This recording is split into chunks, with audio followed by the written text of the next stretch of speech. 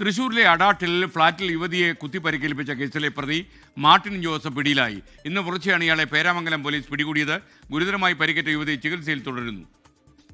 തൃശൂരിൽ നിന്ന് അമൽ സുരേന്ദ്രൻ തത്സമയം ചേരുകയാണ്. അമൽ, ഗുഡ് മോർണിംഗ്, പറയൂ.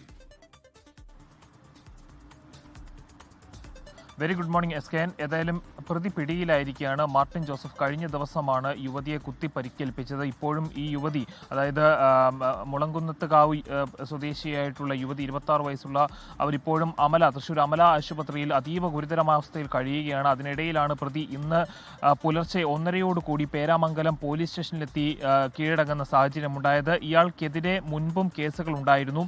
എറണാകുളം മറൈൻ ഡ്രൈവിലെ ഫ്ളാറ്റിൽ വെച്ച് മറ്റൊരു യുവതിയെ, മട്ടന്നൂർ സ്വദേശിയായ ഒരു യുവതിയെ ക്രൂരമായി പീഡിപ്പിച്ചു എന്നൊരു കേസും ഇയാൾക്കെതിരെ നിലനിൽക്കുന്നുണ്ട്. ഏതായാലും ഇപ്പോൾ പരിക്കേറ്റിരിക്കുന്ന യുവതിയും ഈ മാർട്ടിൻ ജോസഫും തൃശ്ശൂരിലെ അഡാട്ട് ഫ്ളാറ്റിൽ ഒരുമിച്ച് താമസിക്കുകയായിരുന്നു. ഇവർക്കിടയിൽ ഉണ്ടായിരുന്ന തർക്കമാണ് പിന്നീട് കത്തിക്കുത്തിലേക്ക് കലാശിച്ചത്. തുടർന്ന് ഇയാൾ ഒളിവിൽ പോകുന്ന ഒരു സാഹചര്യം ഉണ്ടായിരുന്നു. ഇതിനെ തുടർന്ന് ഊർജിതമായ അന്വേഷണമാണ് പോലീസ് നടത്തിയത്. കോഴിക്കോട്, ബാംഗ്ലൂർ അടക്കമുള്ള പ്രദേശങ്ങളിലേക്ക് അന്വേഷണം വ്യാപിപ്പിച്ചിരിക്കുകയായിരുന്നു. അതിനിടയിലാണ് ഇദ്ദേഹം ഇന്ന് പുലർച്ചെ 1:30 പേരാമംഗലം പോലീസ് സ്റ്റേഷനിലെത്തി കീഴടങ്ങുന്ന സാഹചര്യം ഉണ്ടായത്. ഏതായാലും കൂടുതൽ വിവരങ്ങൾ ചോദ്യം ചെയ്യലിലൂടെ മനസ്സിലാക്കാൻ സാധിക്കും എന്നൊരു നിഗമനത്തിലാണ് പോലീസ് ഉള്ളത്. S K N.